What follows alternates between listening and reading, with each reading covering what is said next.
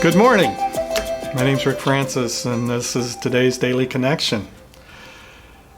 I've been talking a lot about presence of late, and I continue to look at His presence at the nighttime. If you've been around me, you know that I encourage you before you go to bed, always pray a prayer similar to this. Lord, tonight while I sleep and I'm in a state of subconsciousness, I give you permission to do whatever you want to do in my heart. Take stuff out that needs to come out, put stuff in that needs to go in. Where I've got my wires crisscross, uncrisscross, rewire whatever needs to be rewired.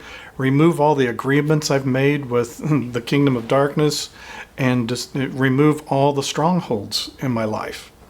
Now that sounds like a lot, but this is on recording. You can go back and rewind and listen to that again. Lord, tonight while I sleep and I'm in a state of subconsciousness, I give you permission to do whatever you want to do in my heart. Take stuff out that needs to come out, put stuff in that needs to go in. Where I've got my wires crisscross, uncrisscross, rewire whatever needs to be rewired. Remove all the agreements I've made with the kingdom of darkness, and just remove all the strongholds in my life. But take note that the night season is an important time when the Spirit of God ministers to your spirit, to your body, to your heart, to your soul, to your mind, will, and emotions, and just allow Him full access. Being that as it may, I have what I call now a note on my phone, which syncs to my iPad, that's called Night and Morning Learning. And these are the times when the Lord wakes me in the night and there's something that I've been dreaming about, or something that He's wakened me to see, and I start putting them down. You say, well, is there biblical precedent?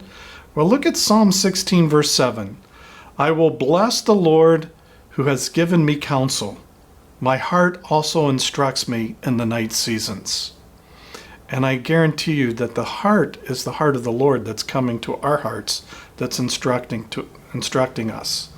The way the Passion Translation puts that is, the way you counsel me makes me praise you more.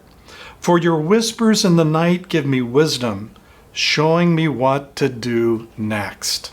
Wow. And then you'll find many of the prophets, from Daniel to Zechariah, have those encounters with the Lord where He meets with them in the night season and He gives them dreams. The Lord will command His loving kindness in the daytime, and in the night His song shall be with me. Psalm 42:8. And so we see that there's a lot that the Lord will say in the nighttime. Some of the things that I would share with you that the Lord has spoken to me as He woke me late one night or early one morning, I'm not sure, I imagine it's in the AM. He told me to love, and to love a people group that sometimes it's not easy to love. And it was like, wow. And I knew that I should, because that's the Christian thing to do. But you know, when the Lord speaks to you directly and He says, I want you to love them, wow, that has an impact in your heart. And that changes your perception. So many times we address who we will love and who we won't love based on how much they're like us, or how much they agree with us, or how much we can somehow connect. But the Lord connected with everyone. His most difficult people to connect with were the religious ones, or the ones who thought that they were really superior to everybody else in their own righteousness. But I mind you that His presence is always above our performance.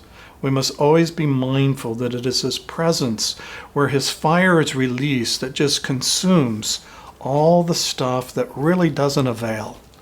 The stuff that doesn't matter. The things that cause us to set up boundaries and to where we isolate or we keep distance between ourselves and other people groups. That's just not the heart of the Lord. So I want to encourage you to realize that the night season, go on special night excursions with the Lord. Open yourself up to be taught and to learn. And when He wakes you up, I want to encourage you to make sure that you at least make some bullet points of what has been spoken to you.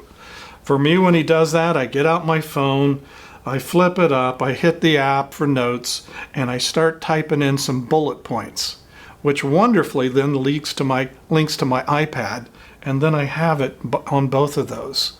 And so then I can go back in and with my keyboard do a more thorough description of what the Lord's taught. But I want you to know that he never sleeps nor slumbers. He watches over you. He's the one that we look to. He's our hope.